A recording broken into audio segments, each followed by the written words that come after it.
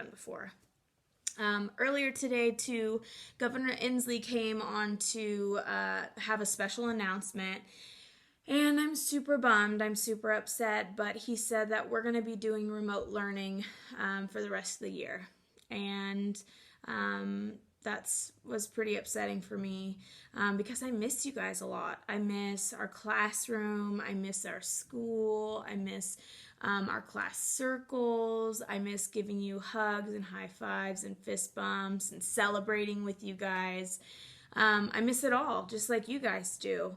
And so that was upsetting. But I don't know if you remember when Sacagawea started the construction and they closed down the bathrooms, they closed down the different exits, and we couldn't go there or go here, or we couldn't play basketball outside, or we didn't have lunch in the cafeteria anymore.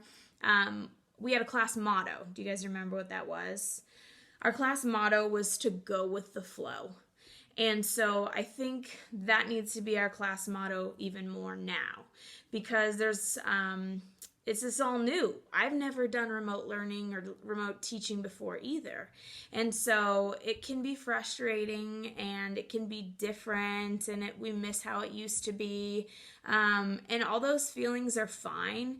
And how you feel is how you feel. And I just think now when we're talking about remote learning and talking about staying home more, we just have to realize we're just going to go with the flow. Things are not going to go just how we want. It's going to look a little different.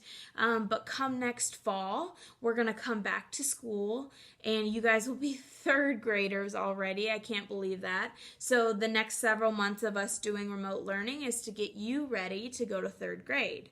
And so that means that it's really important that you're doing the work on Seesaw so that I can comment and send messages to see how you're doing. If you're having a hard time with it, you can send me a message and we can work together.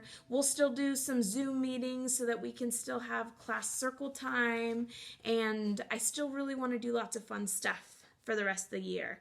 It's going to look different, but we're still going to have a really good time. And we're just going to go with the flow, and we're going to do the best we can. That's what I want to do. But know that I miss you all.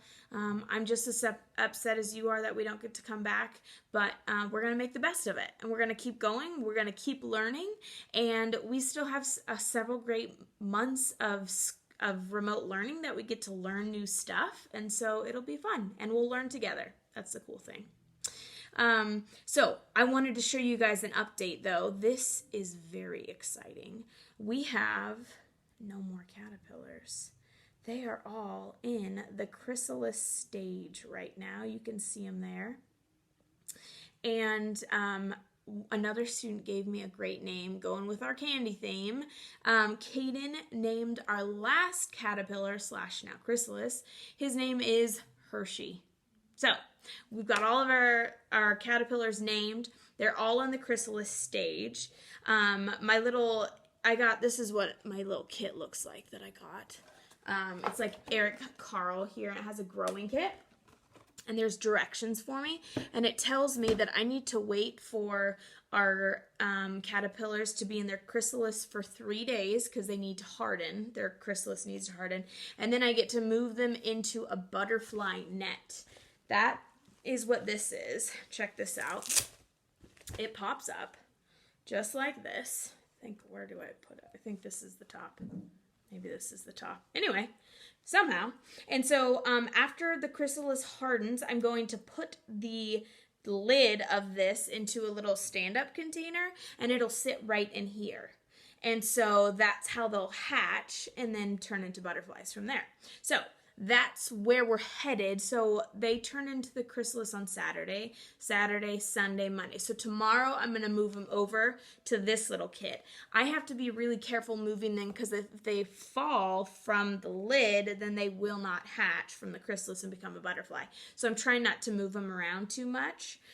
So I'll keep you posted on how that goes tomorrow. Also, we had a new clue on Friday, and let me read the clue to you today for Penelope Peabody. It says, a few days ago I was in California, but I kept driving northward. Now I'm surrounded by majestic mountains and cold snow. A nice woman welcomes me to the 49th state. She was going to take me salmon fishing, but I didn't want to leave my red convertible parked near all those polar bears. I spent the week racing sled dogs in the Iditarod and panning for gold instead. This is a beautiful place, but I don't know where I am. What state am I in? Here's my clue. If you can see it there. All right, there's lots of different things you can be looking up. You can be looking up what's the 49th state. You could be looking up sled dog racing in the Iditarod. What else? And then we also know that it's north of California. So that's a big clue too.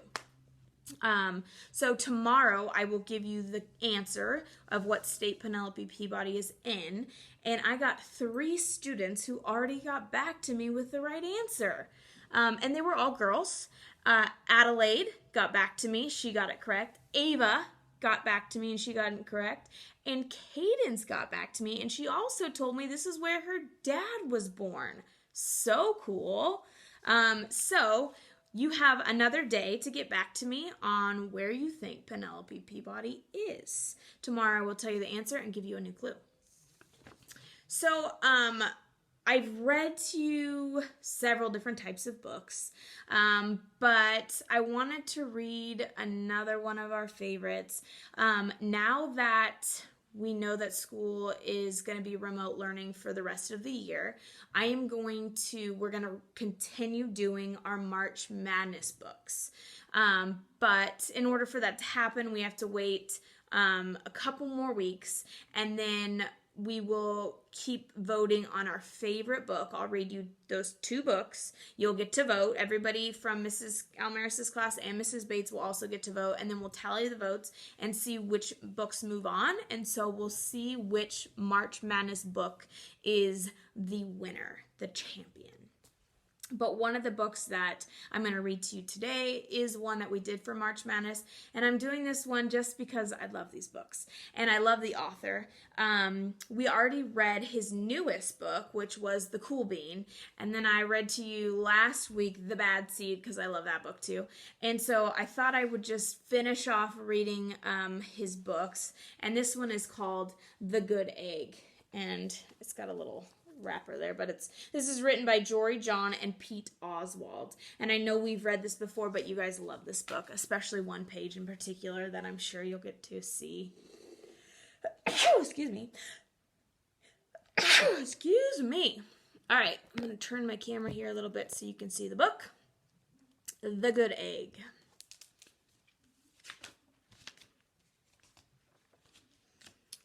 Oh, hello.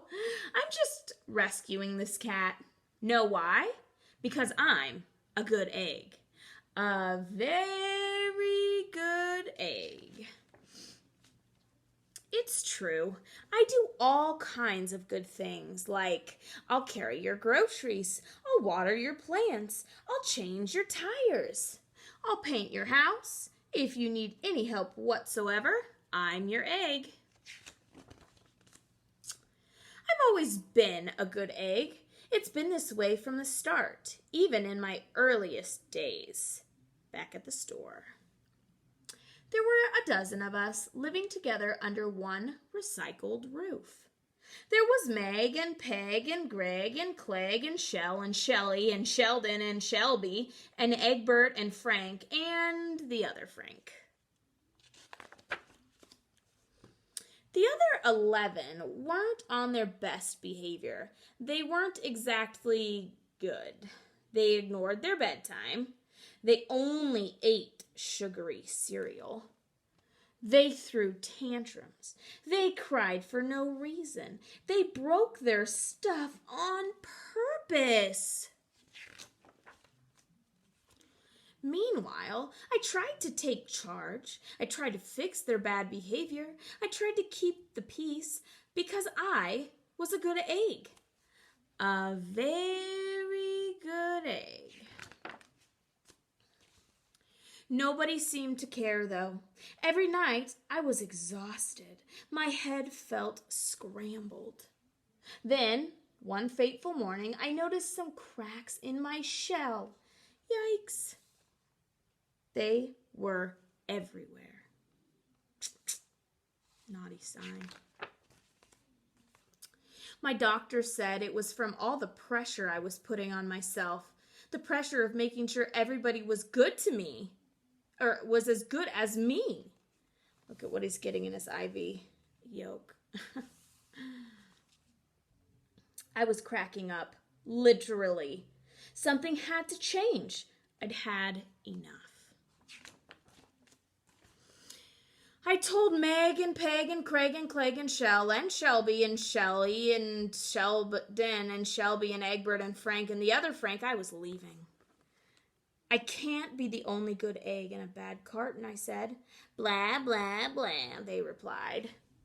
I left that night.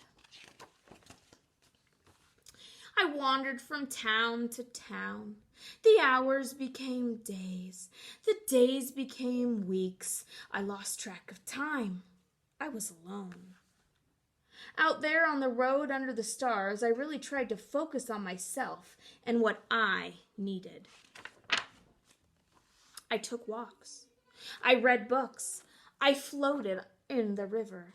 I wrote in my journal. I found simple moments to be quiet. I breathed in. I breathed out. I even started painting. For once, I found time for me. And guess what? Little by little, the cracks in my shell started to heal. My head no longer felt scrambled. I started to feel like myself again. So I've made a big decision. I'm returning to my old carton and my friends. Besides, I'm kind of lonely out here. This time, I know what I need to do. I'll try not to worry so much. I'll be good to my fellow eggs while also being good to myself. Here we go. Everybody missed me. I missed them too. Welcome home. Hello, Meg. Howdy, Peg. Hey, Greg. Greetings, Clegg. What's up, Shell? Aloha, Shelly. Heyo, Sheldon. Hi, Shelby. Good day, Egbert. What's happening, Frank? Howdy do, other Frank. Sure, every once in a while, somebody's still a little bad, but it's not like before. Here's what I realized. The other eggs aren't perfect, and I don't have to be either. I'm okay with that. Yep, the old carton is back together. We're a solid dozen again. It's good to be home. This is your guys' favorite page. The end. I love this book, The Good Egg. One thing I want to show real quick before we go is this page right here. So we've talked in class on how sometimes we can get frustrated and how it's important to be able to control our emotions. And just like the good egg, he was having a hard time. And like today, I was having a hard time doing our digital learning, trying to figure it all out. And sometimes we get frustrated and overwhelmed and we get upset, or sometimes we don't understand something.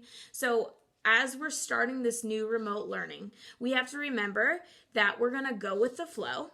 If we have a hard time, and you can do some of the things we've learned in class, like our volcano breathing. If you remember how to do that, we go like this. Or you can do rainbow breathing.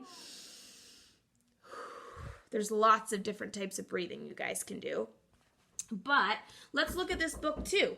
We can see what he did when he got stressed out. He took walks, he read books, he took some time away, he wrote in his journal, he breathed in, he breathed out, and he learned how to do some painting. So, during this time, if things become overwhelming and you can't get all your work done, it's okay. I understand. We're going to go through this together. We're going to breathe in and breathe out together. We're going to do what we can. We are going to do our best, and we know that everything's going to be okay. Guys, I miss you like crazy. I hope you have a great night, and I will see you tomorrow.